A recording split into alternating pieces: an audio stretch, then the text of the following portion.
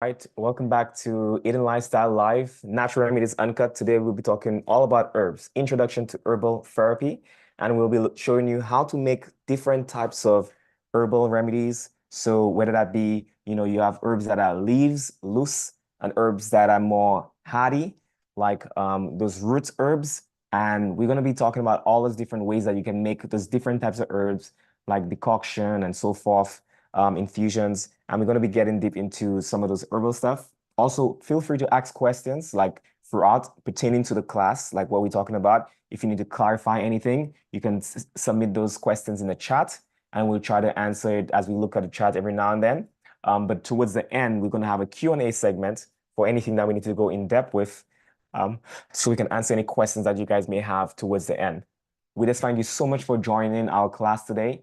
I know that we had somewhat of a delay today, but we thank you so much for being patient with us and being able to join in and tune into our class, so you can learn about how to, make different herbal formulas and different making different teas with different methods. So we try to get into as much information as we can. Yes, no, definitely. And it will also be very much beginner friendly. So if tea is not something that you have made before, or maybe you've done it before, we'll share a few ways that you can be able to utilize to get the most out of it, the most medicinal properties out of it, in a way that will extract those properties in a very good way in order for you to be able to get the results that you need. So at this time, what we're going to do, we realize that those herbs that we'll be utilizing, it's all from nature, right? It's something that is provided from nature that we can use freely for restoration and for healing.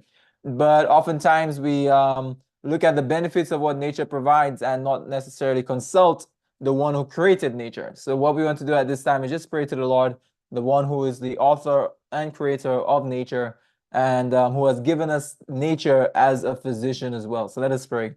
Father, we just thank you for this opportunity to be able to learn how we can utilize simple but dependable herbal remedies to be able to help in aiding our bodies. In the name of Jesus, we pray. Amen. Amen.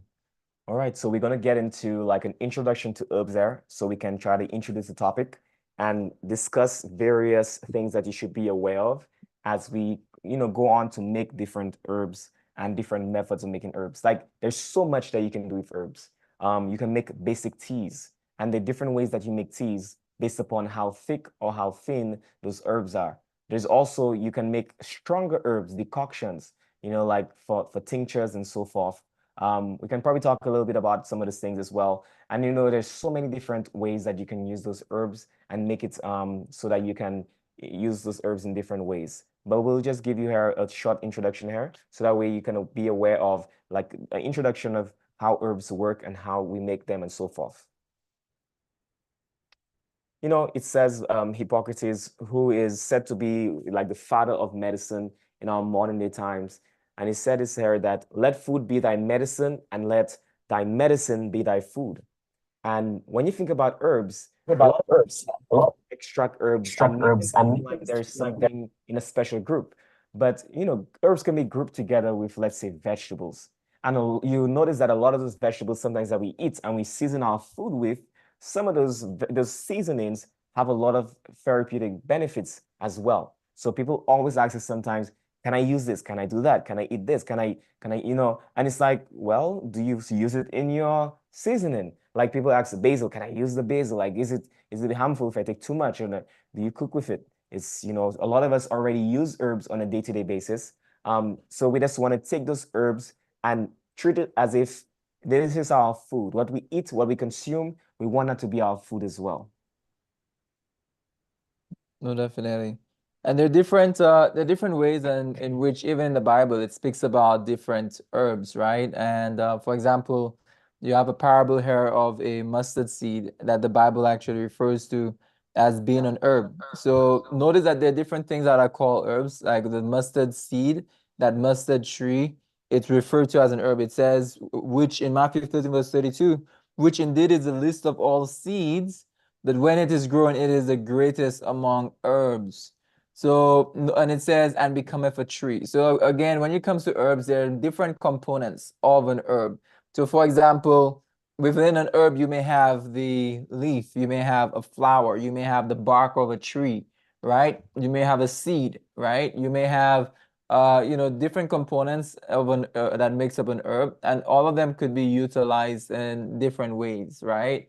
And what we'll be seeing as well as we go along is that, some of the harder parts of those herbs sometimes could be a lot more concentrated, especially as it goes towards the root area and so on. You get a lot more concentration there as well. We're going to see how we can be able to utilize those different parts and different parts of the plant.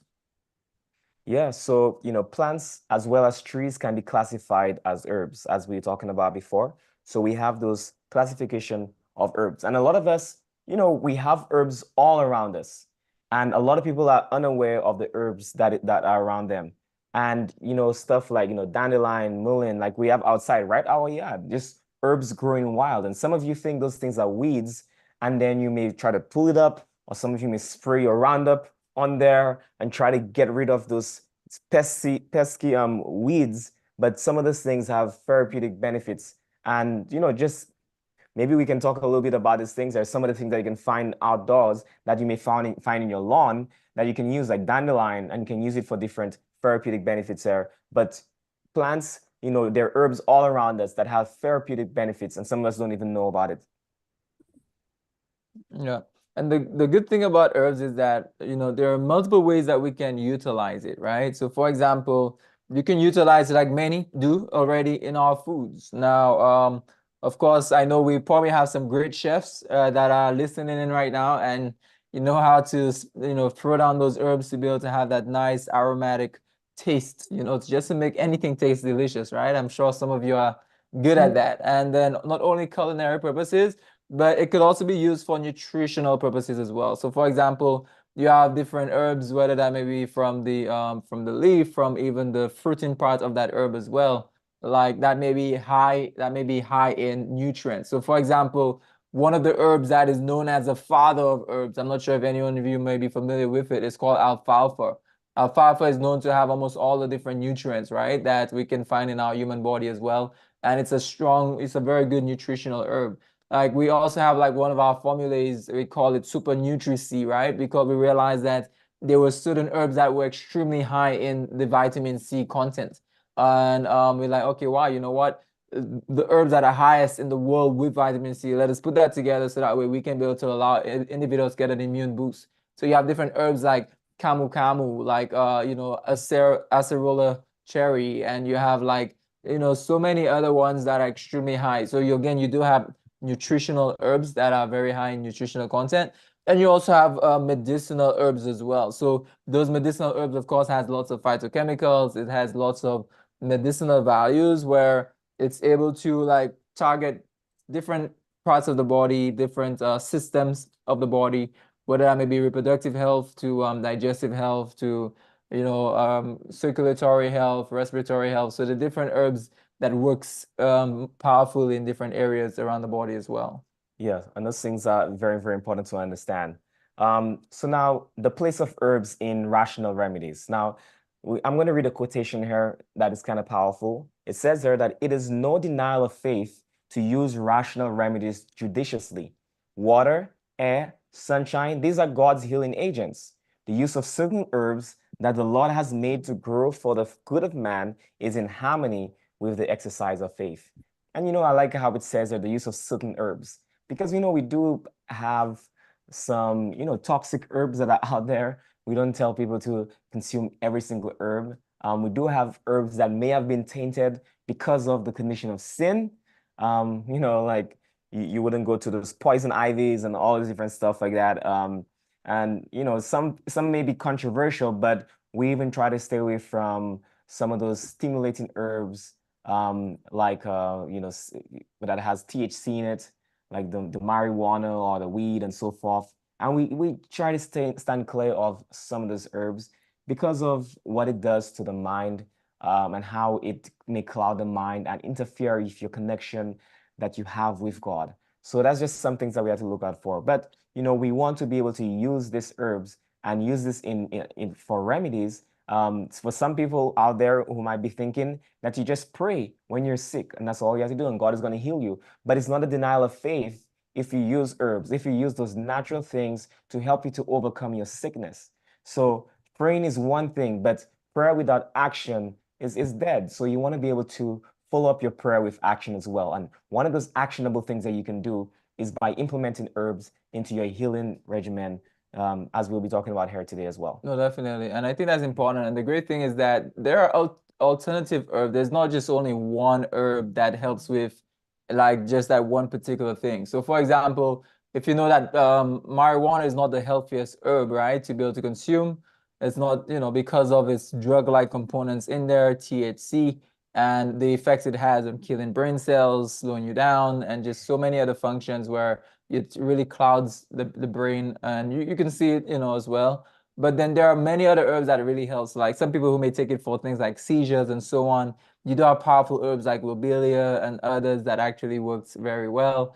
For people who may just take it for the nerves, like nervine, you do have lots of other herbs that are more like nervine types of herbs that you can actually be able to utilize and get the benefits of it. So again, there's so much in nature right now that we don't necessarily have to like be limited or confined to one thing that may have benefits in one area but may have some negative effects in other areas.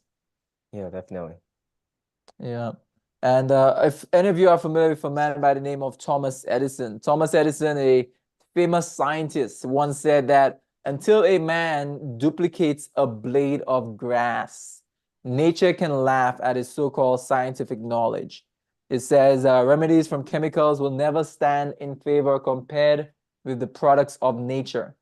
The living cell of the plant, the final results of the rays of sun. When correctly used, herbs promote the elimination of waste matter and poisons from the system. By simple natural means, they support nature in its fight against disease, while chemicals, not being assimilable, add to the accumulation and morbid matter and only stimulate improvement by suppressing the symptoms. Now, I find this to be extremely powerful from Thomas Edison because what we realize is that the best medicine you can ever use is the medicine that God Himself has created by His divine word, right? And the reason why is because, I mean, God created this human body and He created exactly what is needed to be able to restore this human body. Now, of course, when it comes to like different medications and different things that we sort of produce in labs, it's not from thin air. We still utilize nature's remedies to make those, but sadly, of course, oftentimes it may be also fueled by a desire for riches and gain that may not necessarily have the best interest of us in mind in many circumstances. So that's why there's a popular saying that goes that the food care industry cares very little about our health, and the healthcare industry cares very little about our food. It's like a never-ending vicious cycle and circle that we are trapped into in today's society. But I believe for proper education, that we can escape this vicious cycle and we can be able to take charge of our health. And as we become independent thinkers by understanding our body and how to utilize those natural remedies judiciously with much discretion and wisdom, we can be able to experience powerful results in our lives. Yeah, I'm going to read a quote from the book here called Ministry of Healing right now. And if you haven't gotten the book yet, you can even go on our website, edenlifestyle.org, and you can go to our shop and you can purchase the Ministry of Healing book. But this is a very powerful book here when it comes to healing, that it talks about a lot of stuff to heal the body naturally. So this is what it says there on page 126 of that book. It says people need to be taught that drugs do not cure disease. It is true that they sometimes often present relief and the patient appears to recover as a result of their use. This is because nature has sufficient vital force to expel the poison and to correct the conditions that caused the disease. Health is recovered in spite of the drug. But in most cases, the drug only changes the form and location of the disease. Oftentimes, the effect of the poison seems to be overcome for a time, but the results remain in the system and work great harm at some later period. Also, it says, by the use of poisonous drugs, many bring upon themselves lifelong illness and have many lives have been lost that might be saved by the use of natural methods of healing. And that's one thing that, we want to stress on as well. And even out there, like the medical associations, and we even have the government bodies like the Department of Human Health and Services. They say that our drugs do not cure disease. That's not what it's meant to do. We do not claim that as well. And what they're meant to do is to maintain, manage your disease. So you probably have diabetes for the rest of your life. That's what they'll tell you. You have it for the rest of your life. And what we're doing here is just to manage the sugar levels, manage your disease, and you can never get off of these medications, and you can never overcome your disease. And that's the never-ending cycle of just getting into some of those medications. And some people actually hope that they will get off these medications, but to keep doing the same thing over and over and expect different results, that is called insanity. So you must be willing to try something different to experience different results. You cannot continue taking the same medication, living the same lifestyle, doing nothing different, and you think magically you'll get off of some of these pills there that have a slew of side effects, and some of your conditions have been worsened over the years because of the use of this medication. And sometimes they have to give you stronger doses or even more medications to manage your illness because your body is becoming worse and also is getting immune to some of those. The medication doesn't have as much of effect on your body as it used to before. Yeah, no, definitely. And so we see that because again, so really and truly, I think like many are realizing today, and why many of you may be on is because we realize that you know, we can't really depend upon the conventional means as we have today for restoration, you know, for full restoration. And I mean, something that we can all see. You know, we recognize that a lot has failed us in society and we need to do something different. And that's why you're here. You want to do something different. And we're here to educate people that they can personally make those decisions and choices and seeing how they can utilize nature, God's remedies, lifestyle, and all those other aspects. We truly believe we live in an age where one of the best prescriptions that anyone can have is a prescription to say drink more water, get more rest, like, you know, eat this wonderful, sumptuous plant-based meal. And, you know, here are some herbs and water therapy. We see those as something that is closely aligned with nature that actually helps in restoring, not just in maintaining. So again, I believe that many are being awakened and many in the world are being awakened to this reality as well. So it's a matter of us being able to recognize, okay, well, what is best for our bodies and doing what our body actually needs.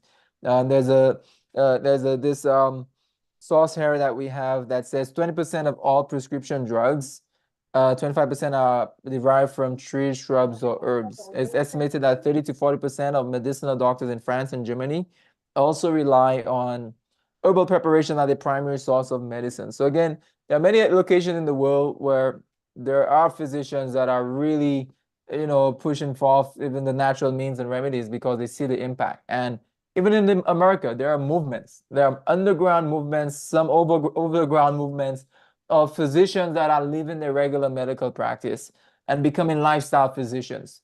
Physicians who are saying, you know what, I no longer want to prescribe to my patients drug medication where they keep coming back for more and more and where they become even addicted to it.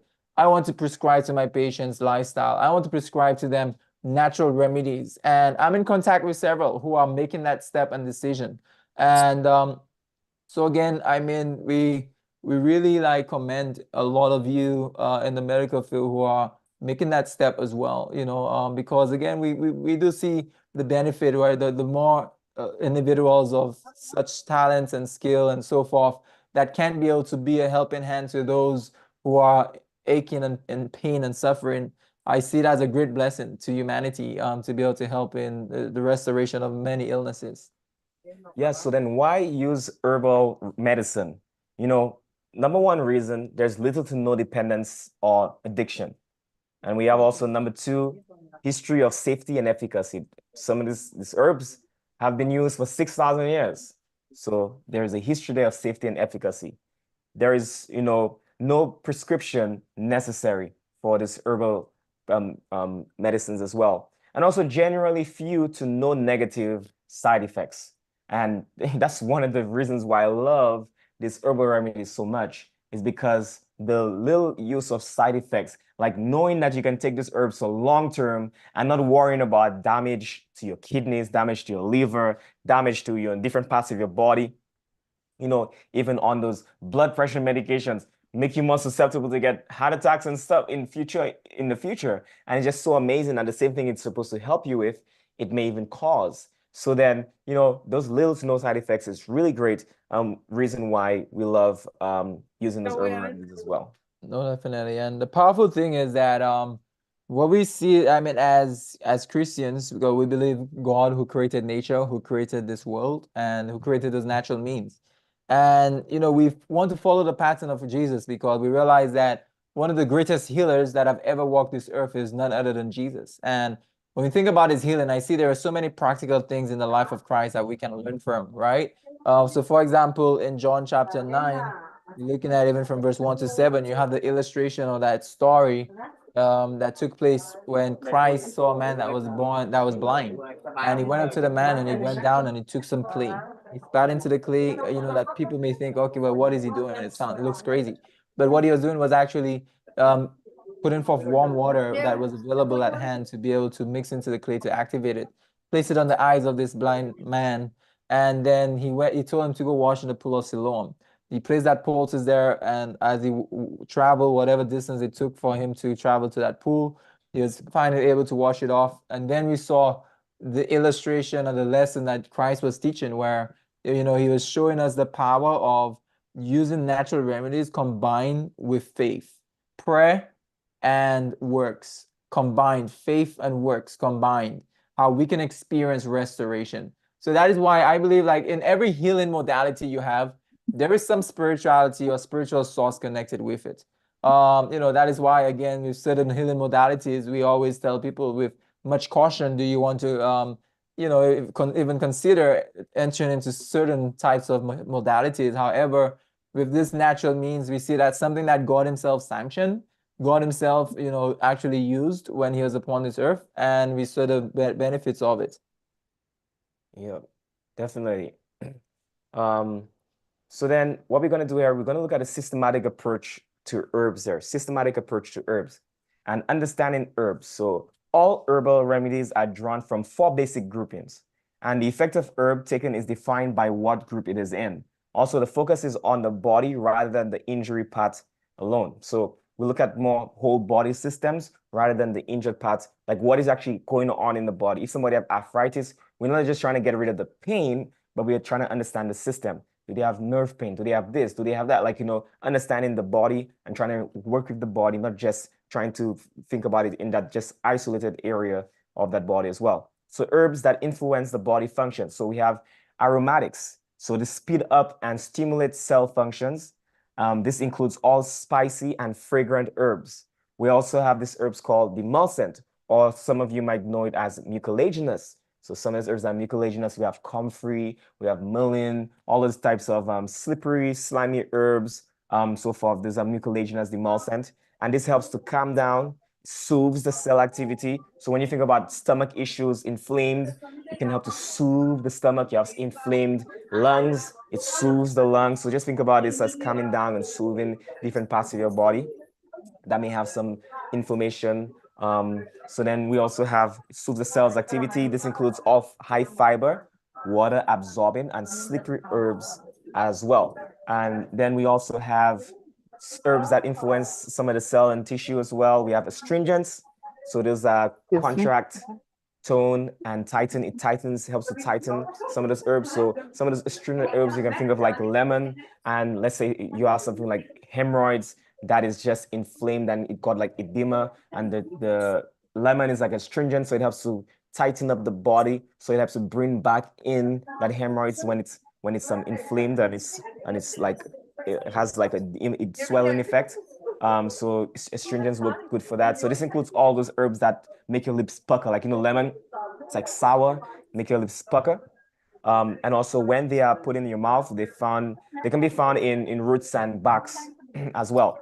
And then we have the bitters. So those can help to loosen, relax tissue structure. This includes all bitter herbs that make you want to spit them out when you put them in your tongue.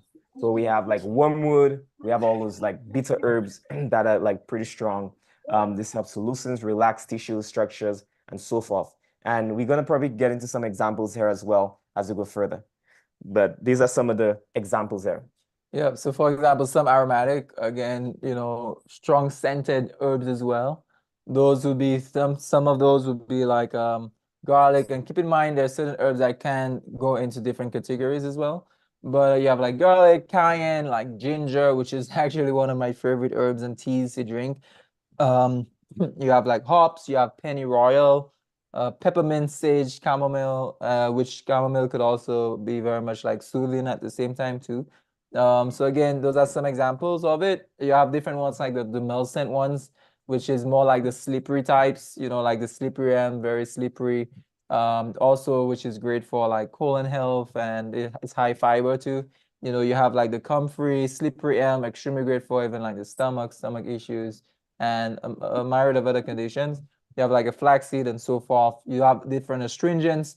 Red raspberry, extremely great for women health. You have your lemon. We mentioned that. While alum, you have the white oak bark, eyebright, yarrow, white willow, and some of those are actually very good for pain too.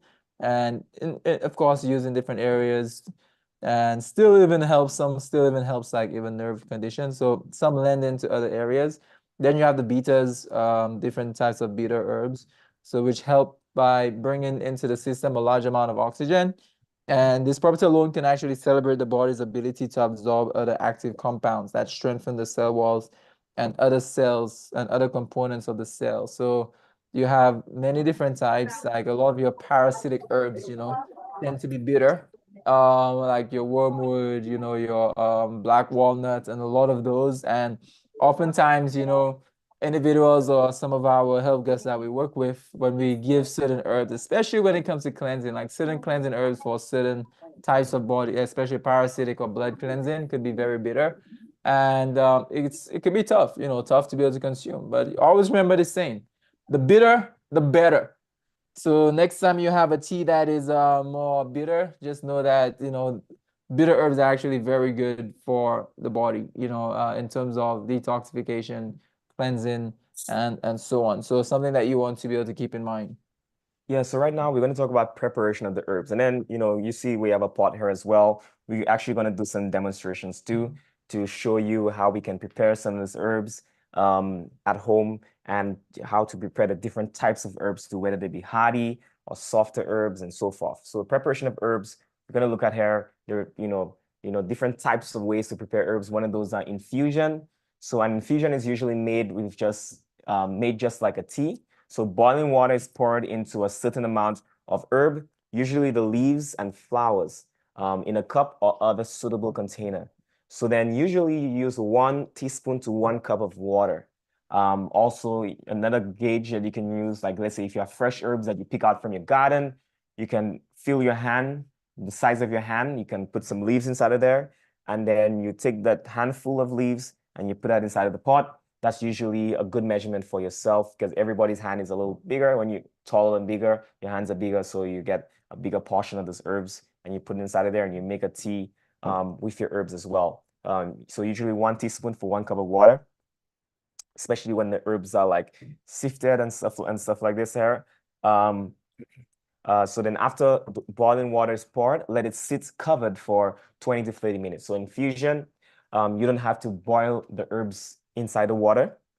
You can actually bring the water to a boil and you pour the hot water in and you can actually cover, like let's say a teacup or whatever, and let it sit there for 20 to 30 minutes. The longer you make it sit, the more the stronger it gets. And that's the thing about herbs. I actually have met people in the past who said, "Oh, I don't want to boil my tea for too long because it might take away the nutrients." Herbs are a little bit different. The longer you keep your herbs, the more of that herbs infuse into the water. And when you talk about tinctures, a little bit about tinctures there, then you can even do it at home where you don't have to make like a tincture, but you can make a more powerful decoction of your tea.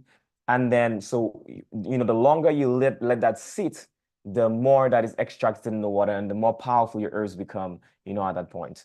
Yeah, no, definitely. And when it comes to the infusion, those would typically be used for more of your softer parts of the plant because it's a lot easier to extract compared to like your roots, right? So for example, right here, we have an herb here, it's chaparral. And in it, we have a lots of like leaves, right? It's like just a lot of leaves in there. And we do have like some small stalks too, you know, and so forth, but it's majority leaves. So if you have a particular herb that you're about to sort of do a tea for that has lots of leaves, maybe lots of flowers, or any of those soft plants, maybe a soft stalk could pass, and you know, any of those very soft parts of the plants, then you could do infusion. You know, of course, we saw earlier, you just bring the water to a boil. Then, you know, either you can like pour that boiling water over that herb in a cup, or you can actually just put your herb into that boiling water and you turn it off and just allow it to like steep there for like 20 minutes and so forth. And that's a natural way to be able to help in extracting those properties for it. So again, like chaparral, that one I have here, you know, it's extremely good for blood purifying, blood cleansing, works very well for that. Even when it comes to like things like immunity, chaparral is also very powerful. And in a lot of cases, even for like cancer and so on, it's shown to be a very effective herb in helping fighting against different issues like that. So again, if you were to like just do like a chaparral from the leaves or like any other type of leaf, maybe you go outside, you pick leaves or flowers or whatever it is, you're making a tea out of it, then infusion is what you want to be able to do for that. Yeah, definitely. And then, so I'm not sure, we'll see which one we sort of do a quick demonstration for with you as well. But we're going to mention in the meantime, we're going to mention about decoction, right? Decoction. We're going to look at that for a moment. So for example, decoction is made by simmering a plant. It's made by simmering a plant, the plant part in water and in a non-metal container, right? Of course, you'll see you can use what you have, like the container you have. There are different ways you could do it, different pots and so forth. But you do it for 5 to 30 minutes. So decoction, basically you bring the water to a boil, then you bring it down on low, right? When the decoction, you bring it down on low for about 5 minutes to 30 minutes. It really varies, anywhere between that period. And this method is also for extracting the tougher parts of the plant. So for example, areas like your roots, maybe even your stem, like things like your bark, things like seeds, those are what you'll be able to use it for. So for example, I have another set of herbs here.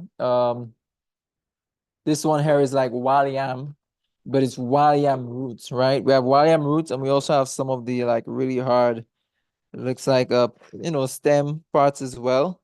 So it's all really hard stuff in there. So what you want to do in that case is you actually want to make a decoction out of it. But you know, just talking about Walliam as well. I'm not sure how many of you are familiar with Walliam, but Walliam is also a very great herb. Even when it comes to things like women health, Walliam is like really good. Like things like hormonal balancing. The great thing is that it's able to, you know, really help in hormones, different hormones. So any women who are going through like a lot of hormonal issues, you know, whether it may be from even things like fibroid issues, just hormonal imbalances, period issues, like, you know, and so forth. Yam is actually a very good one for that. But then if you were to have that root, then you want to definitely do decoction, right? So we have a pot here. We're going to like see an example of how we'll do this, where we'll bring the water to a boil. Then once the water is at a boil, you'll basically be turning down that heat to low and allowing it to simmer for like 5 to 30 minutes. So we do have some water here, right here. So I have like a jar of water. So that's like, let's say around like 32 ounces of water. So let's say if I'm going to make tea for the entire day or whatever the case might be, if I put 32 ounces of water, I might have at least like 3 cups of tea that I can be able to do. If I do 2 a day, I have 2 for today and 1 for tomorrow morning, right? So let's say I add this water in here. You add the water in, then you just turn on that you turn on your burner and allow it to heat. Of course, if you have like a cover, which we don't have right now, you just cover it because, you know, with the more covered it is, the more concentrated it is, then the faster it gets to boil. So it doesn't really matter. It's still going to boil anyways, but if you want to speed up the process of boiling, then you'll be able to, you want to do that. So essentially you'll just wait until it comes to a boil. And when it comes to a boil, that's when you'll bring it down on low. You'll have your herbs in there and you'll just allow it to simmer for, again, 5 to 30 minutes.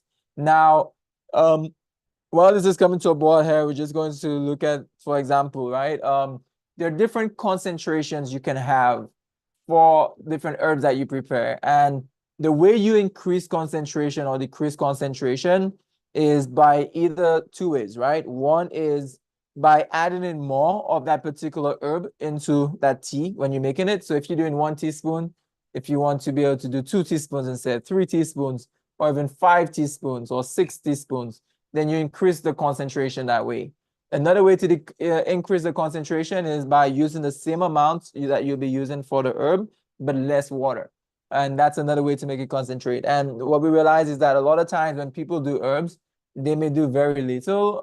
But sometimes if you really want to get that effect, that strong effect, and get the results, sometimes we need to actually increase it a little more. However, keep in mind that usually the harder parts of the plants, which is the roots, bark, seeds, and those, it does have a lot more concentration of the nutrients in there, the phytochemicals, and all the medicinal properties. So it is a lot stronger compared to the leaf. So it is a lot stronger in that regard. Yeah, and you boil it for a little longer, and then you just have to keep in mind as well when you boil in your decoction herbs. So when you use like 1 teaspoon of powdered herb or 1 tablespoon of cut herb, like we've shown the hardy herbs there, like the roots and stuff like that, and you can hear it how hard it is. So you consume this for about 30 minutes, but then you start with about 30% more water when you're making your decoction, because that water, whilst you're boiling it, it will boil down. So you want to compensate for some of that boiling down of the water as well. And even as we, the water is starting to boil here, you can even talk about like tincture here. Also, tincture is a very concentrated extract of an herb in liquid form. So a lot of times they feel like tinctures are something totally different, but it's the same way, it's similar way of making tea, but it's just a more concentrated form. So then instead of having a whole like cup of tea, then you can shrink that amount of liquid down into like a little thing of glass. So like we have a tincture right here, lobelia here. This is like, probably a big pot of herbs concentrated down into a little bottle like this. Yeah. So these herbs there, tinctures are great form to get those herbs strong inside of there. Yeah.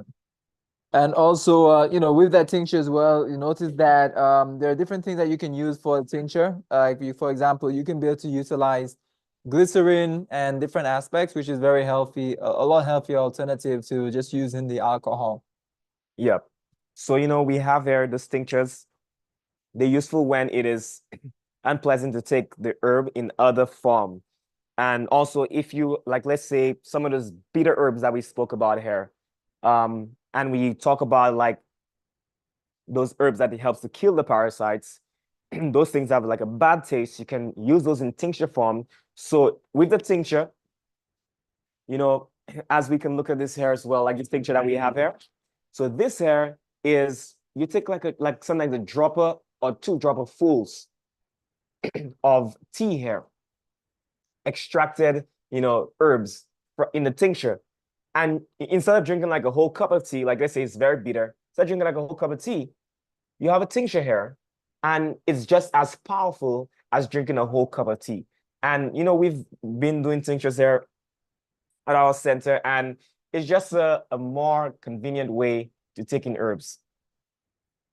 Yes, it may be more expensive, than buying the teas and so forth. However, the those herbs there, those tinctures, a lot goes into it, a lot of time. Sometimes when you make the tinctures, it can take upwards to a week, of boiling down that water to a condensed version like we have here with these herbs. Yeah. So there's a lot of steam and everything coming up in here as well. Yeah. And so this is like really boiling already, like it's getting into our nostrils. It's really strong. But so what we're gonna do here is, like, for example, we'll just add in, and what I'll do, I'll probably add in we can add in the wild yam for them, just to demonstrate that one for them. So we'll just add in wild yam, like let's say for some of you, like 32 ounces, that's like that's a quarter gallon. Maybe you might put in there like maybe like 3 tablespoons, 4 tablespoons. It really depends upon like the effect that you want. So now that it's boiling, I'm just going to like bring it down on like a lower temperature. And essentially what you'll do is actually you can cover it as well and just allow it to like simmer on like a lower temperature, right? And it will, for like maybe let's say we leave this here for like 15 minutes and so on, and just to be able to allow it to like really get those properties out properly. And for Yeah. example, wild yam again, great for especially women health, something that you definitely want to do. There's even like wild yam cream sometimes that you can actually get over the abdominal area externally. It works even well too for things like fibroid issues and some other conditions that ladies face, right? So here is a simple way to make tinctures at home, right? You don't have to use any of those preservatives, but you have to drink it down, quicker. Or in other words, I'll show you how to make a stronger tea. So it, may not be like condensed as like a tincture, but how to make stronger tea at home. What you do is you like this tea here, bring it to a boil. If it's like a decoction so far, you can let it simmer for a little while again, and then you'll cover that, and you can even turn it off and you let it sit overnight. Then in the morning, you'll come again, you'll on the stove, and you'll bring it to a boil again. And then what you'll do, you can turn that off again. The next day again, or you can stir it, make sure you stir it up and stuff like that so it doesn't spoil. And you want to use purified water, distilled water, even better. If you can get distilled water, that way there's no bacteria or anything in the water that may make the herb go bad quicker. Especially when you do tinctures and all different stuff like that, you have to use distilled water. Even when you make food products, like you have to use distilled water because if there's any contaminants in the water, then that food can go bad much quicker. And then what you do, you just do this. You can do this like 3 or 5 days. Just leave it on the stove and you keep on it every day, bring it to a boil, and you just keep stirring it. By the 5th day or so, that herbal concoction will be much stronger, much more potent because a lot more of the herbs have seeped out into the water, and you want to boil it every day so it doesn't go bad. You want to stir it up so it doesn't go bad into as well, and you help the extraction process a little bit, make it a little bit easier and better. And even our sensor here, sometimes I do that with our guests, and that's why we don't have to give them as much tea as some other people, because or when you do it at home, is because the tea is much more potent because you leave it on the stove and you on the stove every day, and you just help to boil down some of that liquid and extract more of the herbs from the tea here. And even as we've been standing here and we've been making this tea here, when we first poured the wild yam inside of there, it was very clear. Now it's becoming very dark brown. And the longer we leave it for, obviously, the darker we'll get and the more potent and stronger that tea will get as well. Yeah.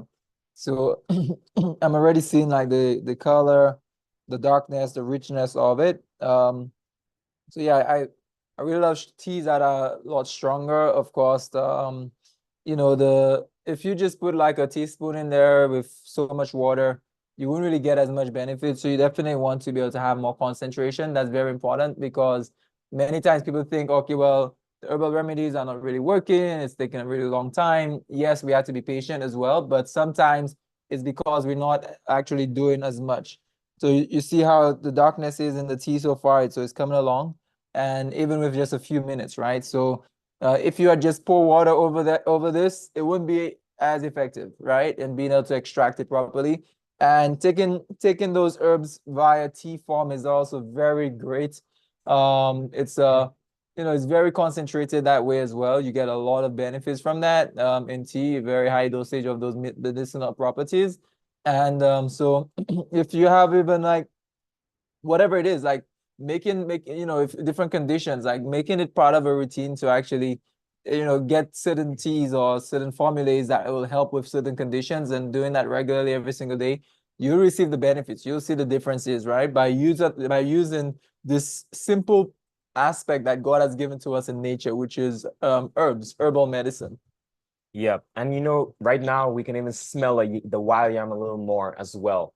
Like it's becoming more potent in the scent as the steam is coming up. So definitely we know that this tea, this decoction here is becoming more and more powerful and potent for you as you drink those herbs as well. So, you just want to make sure that you make herbs, the right way. And the reason why, you may boil the leaves a little less is because it's leaves. It's much easier to, infuse some of those herbs into the water, the liquid. But when it has those roots and everything like that, it takes a longer time and it's more hardier, and it takes, a little while for the herbs and the phytochemicals to seep into the water. And that's what you want to do. Basically, you're extracting the phytochemicals, all the medicinal properties from the herbs into the water. And even powder herbs might work even more potent in that regard, where you can, you put it for a less amount of time, but maybe sifting it or straining it out might be a little more difficult. But that's another thing that you can do when it comes to herbs. As you boil it down and you make a powerful herb here, and then what you want to do is to get a strainer or even like a cheesecloth type of thing, and you can squeeze out as much of the juice. And when you squeeze out the juice from the herbs, it's even more potent inside the herbs there, as the herbs absorb some of the water and you squeeze it out. You make your herbs a little more potent. Obviously, if you're squeezing out stuff with your hands, you're gonna make sure you wash your hands. You can use gloves and so forth. But also you can use the strainer. You can press down on the strainer with your spoon or whatever, so you can get some of that potency into the cup or the jar, whatever that you're gonna be putting those herbs inside of. No, definitely. And to make things very applicable, we're actually going to get some questions in at the same time. I know we have some questions in the chat as well, but we do want to be able to get some of your questions, answer some things, and maybe we continue on with more of those in our future classes, like really go more detail in different areas to cover a lot more. But we want to make sure that we can cover some things together. But if you notice that so far, it's just with like a few minutes, you see how dark and concentrated, it is even so far. But this is an example of the results of the decoction. And just keep in mind, this was clear like water, and now you see the discoloration of the water here. It's more brown, more potent, and this is the phytochemicals being extracted from the herbs, which has the medicinal properties to bring about healing to your body. So, like, let's say you don't have those root herbs, and you just pour some hot water in that, and you say, oh, it doesn't work for me. It's not as powerful. You want to be able to make it in the right way and make it more potent, so that way you can experience the benefits from those herbs that you should be experiencing. Yeah, no, definitely. So what we're going to do is I see we have questions, different questions coming in. So we're going to sort of see what we can answer here together. And again, if someone wants to be able to let's say ask a question, you can also feel free to be able to raise your virtual hand, and we'll also ask you to unmute yourself, so that way we can get to your questions. We'll give first precedence to those that will raise their virtual hand, so you can verbally ask those questions, but we'll also look through the chat as well. So make sure you raise your virtual hands, and whilst you're raising your virtual hands as well, just want to let you know that I'm not sure how many of you are already familiar, but I'm sure some of you have been. We very soon coming up, we've been mentioning it every single week, but we do have a training coming up basically in a few days' time, at the end of this month. And we actually changed the timing because we wanted it to work with majority of us that may be locally as well, and even some of you that may not be local, but you may want to do it online and you want to do it live, right? If you want to get that experience, what we did, we actually changed the time from during the daytime, where we're having it on evenings, afternoon, evening time. So instead of it being during the day, it will actually be on weekdays. It will be from 5 to 9 on weekdays. So that way we can be able to accommodate individuals who may be working during the day and who wants to still be part of it. But again, if you are working at night, that's fine, because you can still join, and we will have it recorded where you can be able to get access to those trainings as well and receive the benefits from it. So right now, we should show you here on the screen, this here. Yes, so we have here the Gospel Medical Missionary Training there, and we have it from May 31st to June the 9th. And as we have been doing weekly, we're so gracious to some of you guys that we keep extending to our audience here who come to our live stream, our early bird special. So you want to be able to register right now today. We are just about maybe 2 weeks away from this medical missionary training, and you want to sign up right now to get access to our early bird special. We have this class for only $197 right now, and it's from May 31st to June the 9th. Also, you can see here, some minor changes that we've made to our training to accommodate some of you guys who work during the time, who may be going to school and so forth. We have on Sundays from 10 to 6 p.m. Eastern Standard Time, and then or Eastern Daylight Time. And then we have from Monday to Friday, 5 p.m. to 9 p.m. every evening. That is Eastern Daylight Time as well. And then we have from on Sabbaths, 3 p.m. to 7 p.m. as well. So these are the times there for our gospel medical missionary training. This is going to be a training that is going to be very powerful in Brooklyn, New York. And we will keep you guys updated on the location.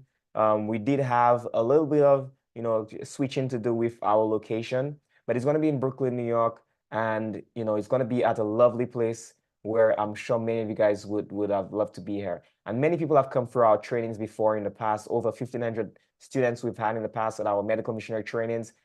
This class there is probably over 50 hours of class time, practical, actionable information. And we'll be talking about the foundation to fight battle disease, the science of herbology, like we're talking about right now, getting even more in depth with herbs and so forth, natural kitchen and herbal emergency remedies. We'll also be talking about plant-based cooking classes. Some of you want to learn how to cook healthier and make healthier food. We're talking about the laws of health as well, like what changes you can make to your body to be able to experience natural healing in your body and naturally. Massage and hydrotherapy as well. So there's different therapies that we'll be doing as well. Much more information here. So you're going to be able to just click the link and be able to sign up right now. And I know that some of you guys said that you wanted to be there, and you couldn't make it because of the times. We've heard you guys, and we switch up the time so that we can accommodate you. And if you cannot make it in person, as we said before, this training is also online. So you can join this training right online on Zoom. Like right now, you're watching us live on Natural Remedies Uncut. We will be having a training in the same manner where you can watch us live, and you can even probably ask questions, interact with us throughout the training as well, like you were there. So you just want to make sure you sign up right now for this. It's going to be a life-changing class, and we want to make sure that all of you guys sign up today so we can start to make accommodations for everyone that will be at the training. So you wanted to go right now, sign up for this training, put in your payments and secure your seat right now. Yeah, no, definitely. And that'll be very important. And again, we look forward to seeing you in person. And for those who'll be online, we look forward to seeing you online as well. So back to our questions for right now. And just final thing I'll mention for those individuals who may be going through different issues health-wise, and you want that extra help, you want that extra step to be able to help with your health, then feel free to take advantage of our Heal at Home program as well. You can always go to EdenLifestyleHome.org, and I'm just going to type that in for you guys, for you all as well, EdenLifestyleHome.org, and you can actually sign up for our Heal at Home program, a simple or even advanced Heal at Home, a simple Heal at Home, where you can be able to, if you don't have the ability to come to our center, then you can still be able to say, hey, you know what, let me begin to do something from home that will be of benefit, right? That'll be a benefit to you. So I'm going to make sure I give you that link as well, so that way you can be able to request that, our Heal at Home option. Yep. And also make sure you sign up for our sessions right now. We will have a little break, from May, beginning of June, probably the end of June, we'll resume our lifestyle sessions again. But you want to make sure you sign up right now, because we do have a lot of interest in our upcoming session.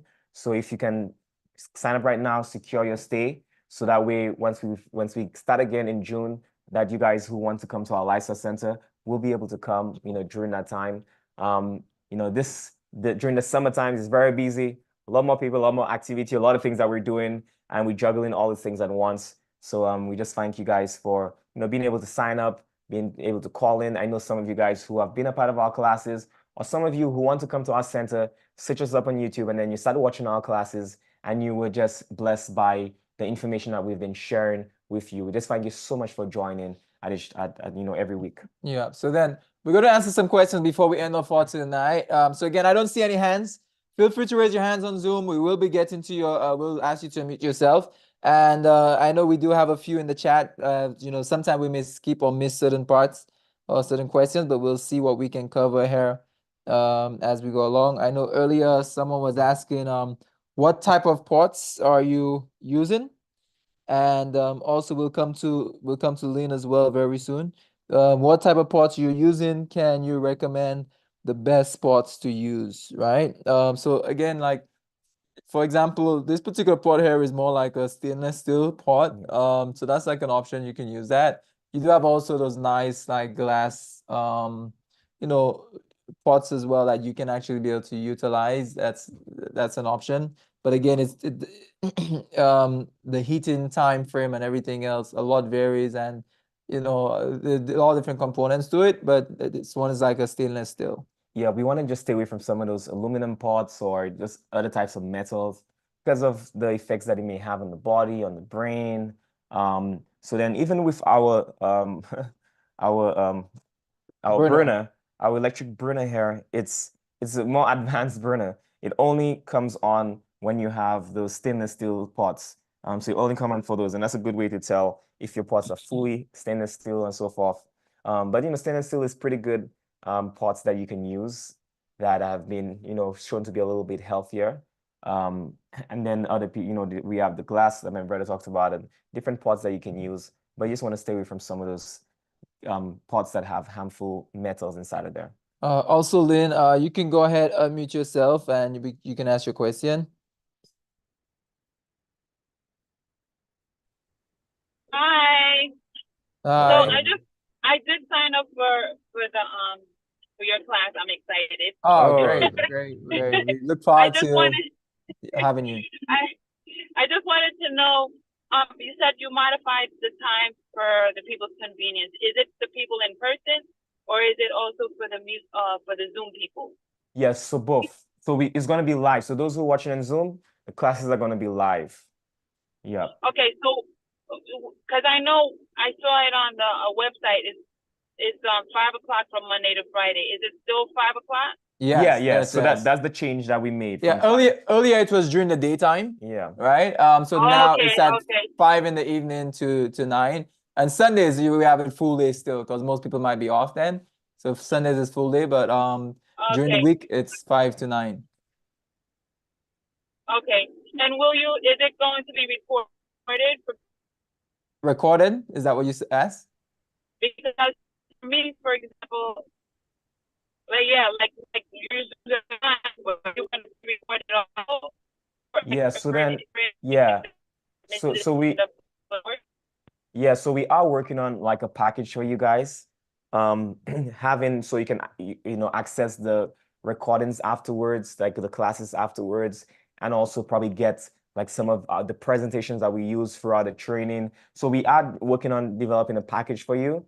So that way, some of you who want to go more in depth and go back and watch your classes. So stay tuned as we talk about more about that as we get closer to the training as well. So make sure you look out in your emails. All of you guys who are signed up for the class right now, look into your emails. And a lot of you guys probably miss the emails because it goes to your junk mail. Go into your junk mail, go into your spam folder, and look to see if you're getting any emails from us, and remove it from your junk mail or your spam folder. Mark us as safe, as a sender that is safe. And we'll be communicating with you a lot through emails and probably through our class as well, through the Eden Lifestyle Ministry group on WhatsApp. So just make sure that you pay attention to those emails, and we're going to provide some more information. So we will have recordings, we will have like the PowerPoints and all these various things there, probably even some ebook materials. So we'll talk some more about that, how you can get access to that as we get closer to the training. Great. Hello. Can you put on the screen again the 4 types of birds, please, so that this never happens? Okay, can you ask that one more time? It was very muffled just now. Can you repeat that one more time? Sorry. Put on the screen the 4 types of birds, please. We're not understanding exactly. Are you too close to your phone or something? I put in the chat. I put in the chat. The 4 You put it types of birds in the chat? up there. I put in the chat the question. Okay, okay. You're asking, can you put back on the screen the 4 types of herbs? Was that the question you had? The 4 types of herbs, right? Okay. So yeah, we're gonna show you those 4 types of herbs. And the good thing is as well, just so you know, this class is live stream and it's also being recorded. We'll have those playbacks on YouTube as well, right? So the great thing is you can actually go back click that link on our YouTube. Make sure you subscribe. You can pause it, stop it, do whatever you need to do, and rewind or whatever the case might be. But let me just show you some of those herbs as well. So like, for example, we have different groupings. I think maybe that might be what you're asking. So there's the aromatics, there's some examples. You can take a screenshot of this as well right now if you like, or take a picture of it. You have like the demulcents, you have astringents, you have bitters. So those are like the four main different like classifications or categories there for the different herbs. Thank you. Great. So and again, you will get access to that the link on the YouTube, so you can be able to go back and rewatch that. Appreciate it so much. Thanks for your question. So let us see here. We're just gonna answer this few more questions before we end off right now. I know someone else. Another question was, do you refrigerate the tea? You can also refrigerate the tea. However, of course, whenever you're consuming the tea, you do want to make, tea is always best when it's warm, not when it's cool. So just keep that in mind when you're doing it medicinally. And also someone else asked, what do you recommend for keloids? And also, how do you extract the comfrey? I do have a lot of comfrey, right? How do you extract the comfrey? Yeah. So for example, of course, when it comes to keloids, it could be very troublesome thing to fully eradicate and to be and to assist. However, I know there have been some who have been able to get some sort of results from utilizing bromelain over that area. Sometimes even like the pineapple and so forth. Some people have utilized that, but again, it really depends on how advanced your keloids might be. That will determine like how well you can actually at least diminish or maybe like really eliminate some of that. It really depends on how bad it is and so forth.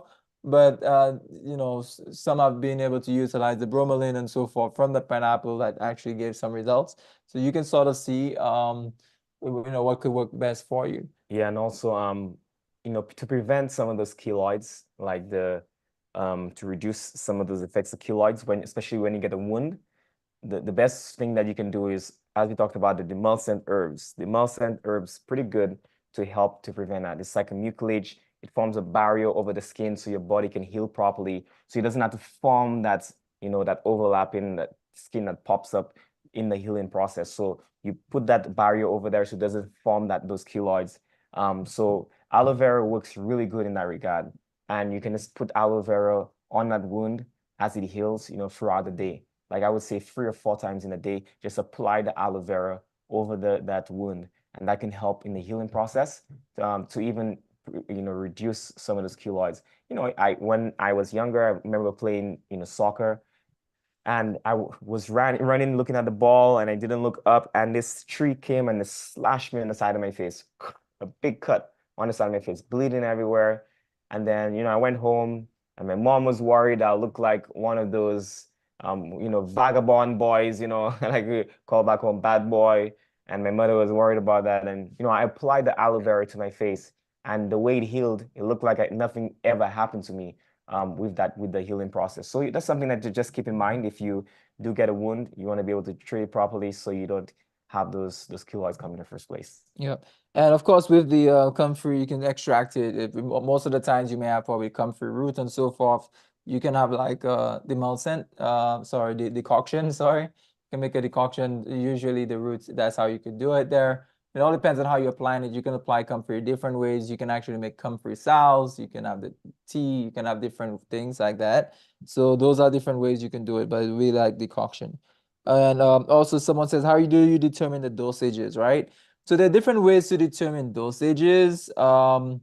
However, there is one I love the most is just the historical understanding of herbs and understanding how to be able to apply dosages based upon that. So the way that works is that based upon dosages that have worked for adults in the past, then I want to be able to re-implement what has been able to work. So for example, over the years, you have many different herbalists, individuals, even ourselves, we've been utilizing herbs in a long time, over a long period of time. And we've seen dosages that have been able to give, good results. But again, you may still alter and vary things based upon individuals and so forth. It may still vary, but in a general understanding. Like, for example, even for like a quart, let's just say a good average for like something like a quart is like 3 to 4 tablespoons in a quart of water, right? 3 to 4 tablespoons in a quart of water will give like a good strong enough herb. But there are times when you may have to increase that dosage more to get more of an effect. Or maybe someone might not be an adult, maybe you might be you might be doing it for a kid, a child, where that dosage might be able to be decreased even up to like even a quarter of the adult size amount. So there are different ways, of course, to be able to go about with like dosages. There's not one set rule or principle, but doing what also has historically been able to work and being able to build on that. Yeah, so in other words, get some herbal books, so like Back to Eden or the Natural Remedy Encyclopedia, our books that we have, even a part of our advanced natural remedies training. You can find that on EdenLifestyle.org. We had done a training and we talked about herbs in details. And we have, those herbal formulas just for you, like on cancer and diabetes. And we gave you a whole bunch of herbal formulas that you can put together your own formulas and make teas for different sicknesses. Like, we have all this information available. So that's the best way, what people have used in the past, because you don't want to experiment. And most of this information have been shared based upon experimentation. So like, let's say we know now that you cannot give somebody a tablespoon of cayenne pepper. That will just be so horrible for them. And, and also we know that you have to sometimes build people up to taking cayenne pepper, because the first time they take it, it might make them feel sick and it might make them feel like they want to faint or pass out, or, it has different effects on the body. Like, for instance, horseradish is very powerful, very potent. You want to give somebody like a whole tablespoon of that. So they're just understanding herbs, how powerful they are, and then understanding the historical approach, as my brother said, people that have done it, getting some of those books and looking at the doses that they recommend and building from there. As you may experiment with your own self as well. And also, like, if you take something in and you're like, okay, I feel like this could be a little more potent. Like some of this herbal stuff out there, they give you like recommendations, like a teaspoon or whatever, and you're like, this is not so potent. Let me use 2 or 3 teaspoons. You use yourself as an example, and you just increase the potency as you see fit. The more herbs you drink, I mean, I do keep in mind, also stay very much hydrated. You do want to stay hydrated as you're taking herbs as well. That's also very important. It also makes it a lot more effective, utilizing it. So someone is asking as well how to do a consultation with us. To do a consultation, go to the same website we mentioned, EdenLifestyleHome.org, right? You want to go to EdenLifestyleHome.org and just sign up for our Heal at Home, right? Sign up for our Heal at Home on there. You see it on the website. Just go through the process, sign up, and that's how you can do a consultation. So you can either request an e-packet, and it will bring you to our Heal at Home tab, or in the top, you'll see tabs, or if you're on your phone, you press the menu, and you go to the Heal at Home menu, you scroll, down, or you press, get sign up to be a member, and we have 2 different options there, and you can pay right there on the website, either as a simple Heal at Home member or an advanced Heal at Home member as well. And the website will explain to you the differences between those 2. And you can even, as you submit your form in, we can even call you and talk to you, and we can let you know what will be best for you as you look to be healed at home. Yeah, and the great thing is we've been able to work with people from all around the world. I mean, through Heal at Home, makes it very effective through people in Europe, the Caribbean, North America, Canada, just different locations, right? So something that also will work very well for you. So we have a question here from Joycelyn. We'll probably end off after this. I know it's been some time here, so let's see if you can unmute yourself. Joycelyn, you can ask your question. Yes, hi, good afternoon. Good afternoon. Good afternoon. Someone had asked a question about keloids. Okay. And you were explaining that, like, you can put aloe vera when you get a cut. But my niece has keloids, and she had never gotten a cut or anything like that. And she had several, and they just come up on her skin. So what then would be the recommendation? I have another question also, which is, since I have joined your community, I remember listening to one of your presentations, and you said that your presentation will be in PDF form. I had sent out a message to one of you, I don't remember whom, about it, but I'm not seeing any PDF form of your presentation. So I don't know, Yeah. do I go to your home page to see that? Yeah, no, definitely. So if you came in, like, let's say after certain PDFs were released, then usually in the chat, I don't think you're able to see it upward. We might have to figure out a way where we can be able to like have a lot of the PDFs that we've sort of given so you can get access to that. We'll sort of have to figure out a way for that. But we'll see what will work in relation to that. But not every single class we do have PDFs. Like, for example, maybe this class, there might be some materials that we can share with you. There are other classes where, it's like, based upon the notes you take and so forth, but there are other classes where we have more materials that we share. So it really varies from class to class. But we'll have to figure out a way to at least get that to you. But to answer your first question as well, pertaining to the keloids, of course, like for If you're example, hearing noise, I'm outside. okay, good, I'm good. out and about. Good place to be outside, fresh air, right? Yeah. So basically, I mean, we haven't had, like, let's say, very long-term effects working with people with keloids, but then one of the remedies that we've sort of heard that others have been able to implement and utilize and get some results from is the bromelain from the pineapple, where you can actually just cut like the pineapple, the outer skin layer, and with some of the pineapple on it still, and placing it over that area and having that there on a daily basis. Some have mentioned being able to get help with the keloids effect from that, but of course, in terms of the how much of the effect, whether it's completely removed or decreased tremendously and so forth, those particular details I'm not 100% sure of, but that's one of the things. But yeah, what he has mentioned earlier is how to prevent it. For many, it could be prevented. In certain circumstances, of course, different people may get keloids for different reasons, different circumstances. But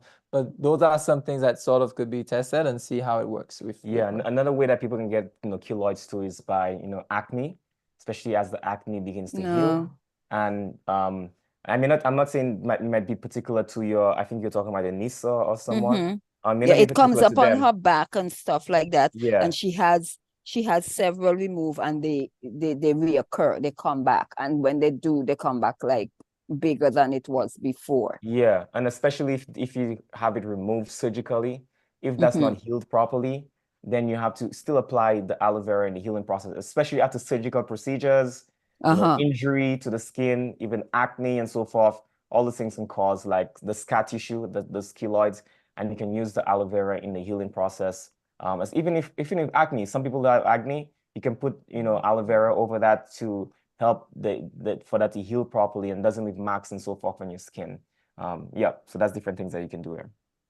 Okay, thank you so much. Much appreciated. Great. All right, well, appreciate it so much. Thank you all for joining us this evening. And again, we thank you for also being part of this community, being part of this class, and we look forward to seeing some of you in person. It's a different experience, when we get to see you in person coming up soon in our upcoming training. However, for those of you who are online, it's always grateful to have you there as well, whether you're doing the training online or not, or in person.